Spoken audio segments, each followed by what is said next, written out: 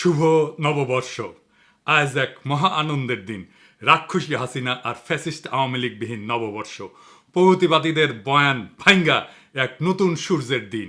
এই দিনকে ছিনে আনার জন্য আমাদের আগুনের মতো হাজার হাজার পোলামাইয়া তাদের জীবন দিয়া শহীদ হয়েছে। তাদের আমাদের জাতির তরফ থেকে সালাম। আমাদের আকাশের তারাদের এই শহীদদের দিয়া নামকরণ করব। এক একটা তারার এক এক নাম দেব। এই শুভ দিনে কাউরে বাম্বু দেওয়া ঠিক না, আর গান্ডুদেরকে বাম্বু দেওয়া কোনো মজা নাই, তাও বাম্বু দিতেই হয়। তো এই শুভ দিনে এনা বাম্বু দিয়াই শুরু করি। আসেন আল্লাহর নামে বাম্বু চলমান হোক। আজারি হুজুর মার্চ ফর গাজায় চোখে একটা সানগ্লাস পরিছে, ভালোই লাগিচ্ছে মাশাল্লাহ। কচু খেতি ওটা আবিষ্কার করেছে, এটা রেবন কোম্পানির, ওই কোম্পানি ইসরায়েলে বিনিয়োগ করেছে। তাই মেলা গ্রুপ নাকি রেবনকে বয়কটের ঘোষণা দিছে। ওই রেবনের সানগ্লাস আজারি হুজুর পিন্দিছে, মেলা খারাপ কাজ করছে আজারি হুজুর। তাই তো কইছে কচু খেতি, তাই না তাই না তাই কইছে না? হ্যাঁ, কচু খেতির আসলে সমস্যা কই, তার কোন কোন জায়গায় ব্যথা? হ্যাঁ, তার ব্যথা তো আজাহারি স্মার্ট তরুণ, দেখতে ভালো মাশাল্লাহ, ভালো বাংলা ইংরেজি কইতে পারে। তাই টাটায় বাঙ্গুয়ালিদের তারা দেশ ছাড়া করেছিল, এখন লাগিছে পিছে। কিছুদিন পরপরই পিছে লাগে। ওই যে দুদুও লাগিছিল পিছে, দিসিয়াটা শান্টিং থেমে গেছে। কিন্তু যে কথাটা কইছে সেটা কি যৌক্তিক কথা? কচু খেতি আমার আগ্রহের বিষয় না, কিন্তু এই ধরনের বিষয়গুলো কিভাবে ডিল করতে হবে সেটা আমাদের বুঝতে হবে। এখানে মেলা বিতর্কের বিষয় আছে, এটা একটু খোলাসা করে না বললে আমাদের জন্য বোঝা খুবই মুশকিল। আর এইসব আলোচনা যারা তুলে তারা আসলে কার স্বার্থ রক্ষা করে, আর তাদের এই কুটনামিটা কেন করে সেটা বোঝাটা জরুরি। আসেন আল্লাহর নামে শুরু করি। পণ্য বয়কট বা বিডিএস কি এবং কেন? আপনারা জানেন যে আমি বাংলাদেশে হাসিনা পতনের আগে একটা বেশ সফল বয়কট আন্দোলনে আপনাদের সাথে নিয়ে শুরু করেছিলাম। তাই এই বয়কট আন্দোলন কিভাবে গড়ে তুলতে হয়, কেন গড়ে তুলি, সেটা নিয়ে ব্যাপক পড়াশোনা করতে হয়েছিল। কোন কোন পণ্য বয়কট করবো সেটাও ঠিক করা হয়েছে, অঙ্ক কইসা, কিন্তু আন্দারে কুন্দারে না। আসেন দেখি বয়কট কি, কেন, কিভাবে এটা কাজ করে। বয়কটের উদ্দেশ্য তিনটা। একটা, বিশ্বব্যাপী একটা রাজনৈতিক বার্তা দেওয়া। দুই, ছোট একটা জায়গায় তীব্র আঘাত করা যেন ব্যথা টের পায়। 3 নাম্বার হইতেছে আপনার সমমনাদের ঐক্যবদ্ধ করা। ইন্ডিয়ান পণ্য বয়কটে আমরা ইন্ডিয়ান সব পণ্য কিন্তু বয়কট করি নাই, খুবই সিলেক্টিভ পণ্য বয়কট করেছিলাম, মনে আছে না? প্রথমে করেছিলাম ফাস্ট মুভিং কনজিউমার গুডস, সাবান, শ্যাম্পু, ভোজ্য তেল, টুথপেস্ট, নারকেল তেল ইত্যাদি, যেগুলো ডিপার্টমেন্টাল স্টোরে রেখে থাকে, এমনকি মুদির দোকানেও থাকে, ক্রেতা দেখে কিনতে পারে। এর কারণ ছিল সব মানুষ কেনে, ধনী গরিব সবাই এইরকম পণ্য আমাদেরকে টার্গেট করতে হবে, যেন সবাই এটাতে পার্টিসিপেট করতে পারে। আমাদের প্রত্যেক দিন লাগে এমন পণ্য, এইগুলোই ফাস্ট মুভিং কনজিউমার গুডস। আমরা কেন এটা টার্গেট করেছিলাম বুঝানি, মাথায় রেখেন, কামে দিবে এই সমস্ত কচু খেতেদের ফাইট দিতে। ফাস্ট মুভিং কনজিউমার গুডস ইন্ডিয়ার ইকোনমির সবচেয়ে গুরুত্বপূর্ণ খাত। এই খাতে ভারতের তৃতীয় চাকরির খাত, প্রায় 30 লাখ লোক কাজ করে এফএমসিজি সেক্টরে। ভারতের জিডিপিতে এই খাতের কন্ট্রিবিউশন হচ্ছে 15 থেকে 16% ছিল যেই সময় আমরা শুরু করেছিলাম। এই খাতের গ্রোথ 10 থেকে 12%।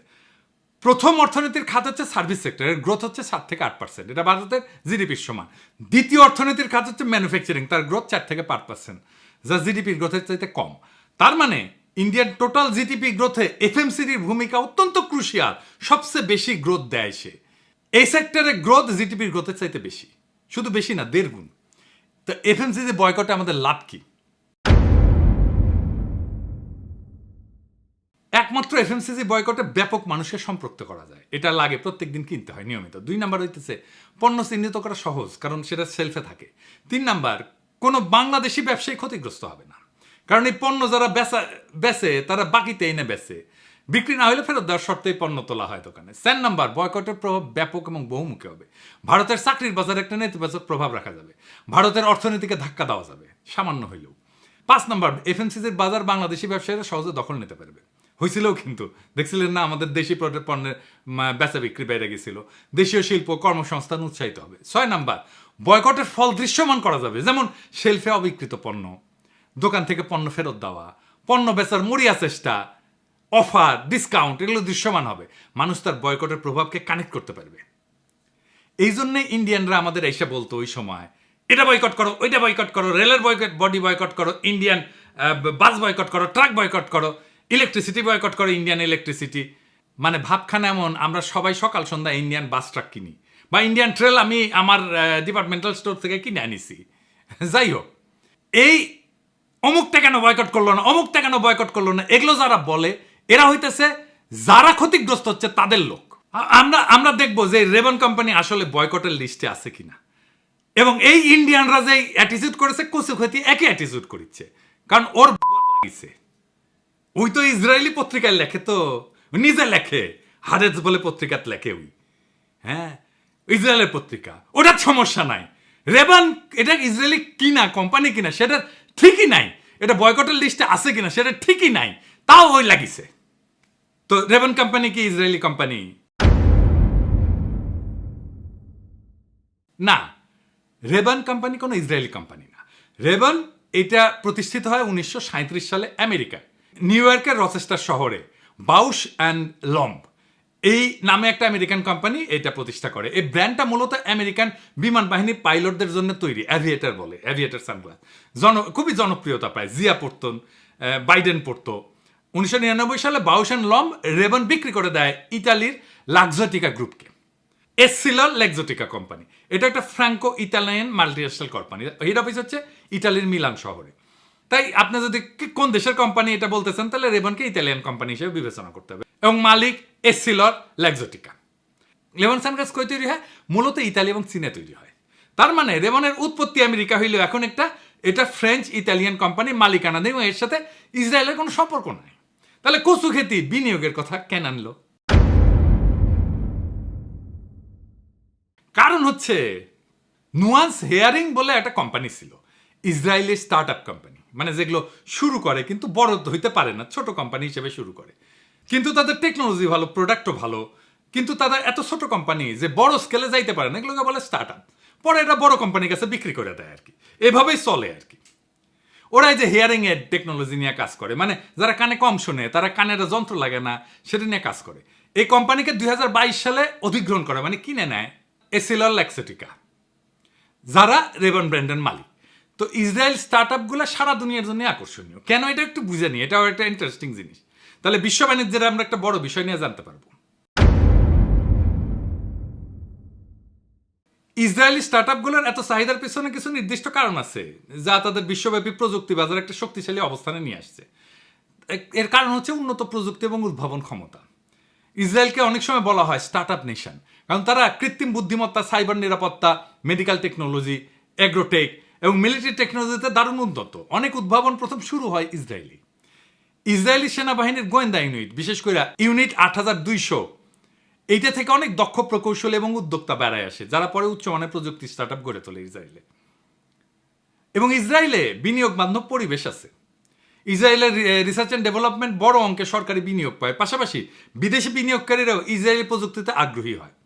এতে করে স্টার্ট আপ দ্রুত বৃদ্ধি পায়। ইসরায়েলের আভ্যন্তরীণ বাজার ছোট হয়, তারা শুরু থেকেই আন্তর্জাতিক বাজারকে টার্গেট করে পণ্য তৈরি করে, ফলে আন্তর্জাতিক কোম্পানিগুলোর কাছে এই সমস্ত প্রযুক্তি অত্যন্ত আকর্ষণীয় মনে হয়। এই একই সুবিধা পাইছিল সুইস ফার্মা কোম্পানিগুলো সুইজারল্যান্ডে। নিজেদের বাজার এত ছোট যে সার্ভাইভ করার জন্য তাদের গ্লোবাল হয়ে উঠতে হয়েছিল। ছোট একটা দেশ, কিন্তু দেখেন কত বড় বড় ফার্মা কোম্পানি এই দেশের, নোভার্টিস, রস, ভাইফো, খুব বড় কোম্পানি। কিন্তু কচুকের জাল যে ওর অফিস ছিল জেরুজালেমে, কয়েক মাস আগেও তো বন্ধ করে দিচ্ছে। তো জেরুজালেমে অফিস ছিল কি জন্যে? ওই আল জাজিরা ছেড়ে দিবে। ওইখানে তো তাহলে বিনিয়োগ করছে আল জাজিরা, তাই না? ইসরায়েলে বিনিয়োগ করছে না, একটা অফিস করা মানে তো বিনিয়োগ করা। ওইখানে লোকদের বেতন দিতে হয়েছে না, টাকা দিতে হয়েছে না, বাসা ভাড়া করতে হয়েছে না, ওখানে পণ্য কিনতে হয়েছে না, ওখানে লোকজন ওখানে কেনে না। ওদের আল জাজিরা যারা কাজ করে তারা ইসরায়েলের মার্কেট থেকে পণ্য কেনে না। টাকাটা কার পকেটে যায়? ইসরায়েলের পকেটই তো যায়। একটা ইসরায়েলি স্টার্ট আপকে কিনে নেওয়ার জন্য যদি রেবনের সানগ্লাস পরা না যায়, তাহলে Google, Intel, Microsoft, Facebook, WhatsApp কিছুই তো ইউজ করা উচিত না, কারণ এরা একবার না বহুবার ইসরায়েলি কোম্পানি কিনছে। ছোট একটা উদাহরণ দিই, সার্ভিস ফ্রেন্ড এই নামে ইসরায়েল কোম্পানিকে ফেসবুক 2019 সালে কিনে নেয়। সার্ভিস ফ্রেন্ড হচ্ছে একটা এআই ভিত্তিক স্টার্ট আপ, যারা চ্যাটবট এবং ভার্চুয়াল অ্যাসিস্ট্যান্ট প্রযুক্তিতে বিশেষজ্ঞ। ফেসবুক এই কোম্পানিতে হোয়াটসঅ্যাপ বিজনেসের সাথে কানেক্ট করে এবং মেসেঞ্জারের সাথে। আপনি মেসেঞ্জারে যে মেসেজটা দেন ওইটা এই কোম্পানির টেকনোলজি ইউজ করে তৈরি করা।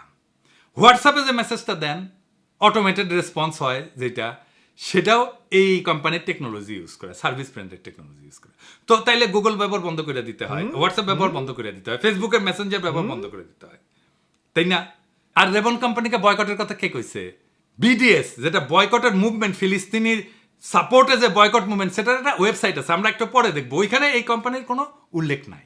কিন্তু সারা দুনিয়ার তো নানা চান্দাবাজ আছে কচু খেতির মতো, এরকম একটা ওয়েবসাইট বানায় বলে তোমার নাম ঢুকে দিব, তোমার নাম ঢুকে দিব, না দিলে গেলে না, আমার টাকা দাও, তোমার নাম তাছাড়া ঢুকে দেবো, এই করে এই সমস্ত ঝামেলাগুলো করে।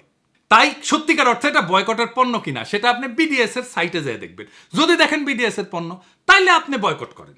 আরেক কথা না বললেই না, দাবি করে সে বিএনপি করে। এই আমারে আর ইলিয়াস রে কয় মব মাস্টার, দেখেছেন, আর আমারে বয়কট করতে বলে। হুই কচুগেতির ইজ অফ ডুইং বিজনেস নিয়ে কপি পেস্ট করে জ্ঞান ফলাইছিল। ওই কপি পেস্টই করতে পারে, তার চেয়ে বেশি কিছু না। গুগলও ঠিক মতো করতে পারে না। তারপরে মেলা সার্চ করে এই পোস্ট করিছে, দেখানোই লাগিচ্ছে যে বদমাইশিগুলো কেমন। অনেকে কয় এগুলো আপনি কন কেন, কিন্তু হয়তো অনেকে কনফিউজ হয়ে যায়। দেখেন কইতেছে আমার কোম্পানি লরিয়েল ইসরায়েলের মতদাতা। আবার কেউ আগ বাড়ায় কয় লরিয়েল ইসরায়েলি কোম্পানি, কেউ কছে শুনিছে আশা কয়ে দিছে আমার কমেন্ট বক্সে, না যে গুগল করে দেখবি, তাও কিন্তু দেখে না। তো উই কি দিছে, একটা স্ক্রিনশট দিছে, কইছে লরিয়েল নাকি ওয়ান ফ্রেন্ড অফ ইসরায়েল, দিছে একটা স্ক্রিনশট দিছে। গুগল করে পেছে আর কি, তুই সার্চ করবি, সেটুকু ওর এনার্জি নাই। দেখিছেন না কেমন মোটা হয়েছে, কেমন চর্বি থল করে সে গোটা শরীরে।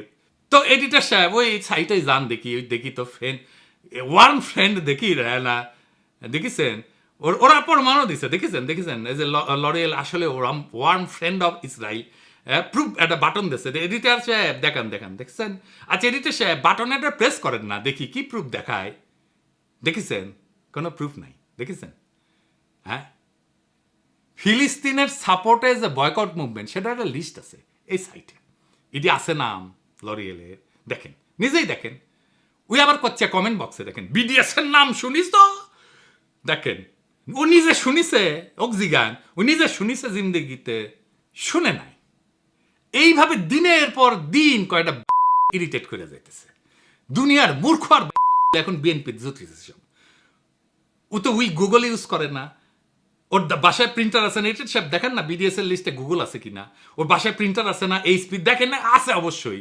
ডেলের কম্পিউটার আছে দেখেন, সেটা আবার ইন্টেলের প্রসেসর আছে না, দেখেছেন। এডিটর সাহেব দেখান তো এটা ইন্টেল আছে কিনা বয়কট লিস্টে, থাকবেই। এয়ারবিএনবি ইউজ করিছে না অন্তত একবার জীবনে।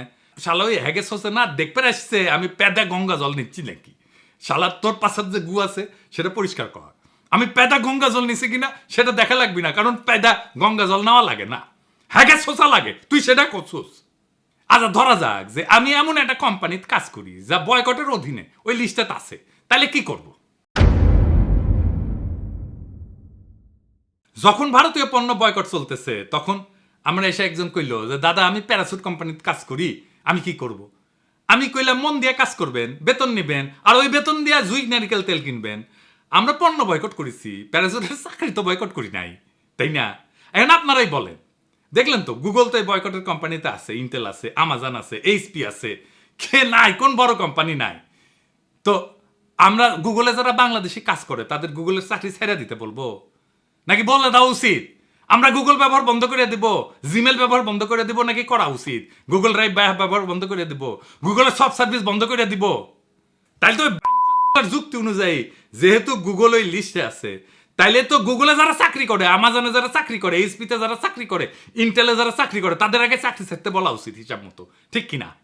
আমার কোম্পানির নাম তো এই লিস্টে নাই। যেহেতু বিএনপির সমালোচনা করি, তাই আমার যেভাবে পারে ক্ষতি করা লাগবে। আওয়ামী লীগরাও এত খাইস্টা ছিল না, মানে এই যে নিঝুম মজুমদার, অমি পিয়াল, এরা far better as human being. দেখেন ওরা অনেক ফাজলামি করেছে, কিন্তু পলিটিক্যাল সে ফাজলামি, কিন্তু কখনো আমাকে পেটে লাথি মারা যায় কিভাবে সে ধান্দা করে নাই।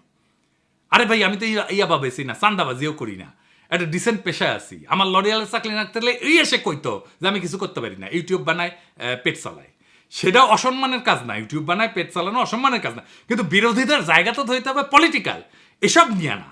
তা হারামজাদা তুই যে এনওয়াইপিডিতে কাজ করিস, লিঙ্কডিনে ট্যাঙায় রাখছু, খুব গর্ব নিয়া ট্রাফিক কন্ট্রোলে কাজ করিস। এনওয়াইপিডি তো ইসরায়েলে ট্রেনিং নিতে যায়, এনওয়াইপিডির সাথে তো ইসরায়েলের কন্ট্রাক্ট আছে, ট্রেনিং এর কন্ট্রাক্ট আছে, কোঅপারেশনের কন্ট্রাক্ট আছে।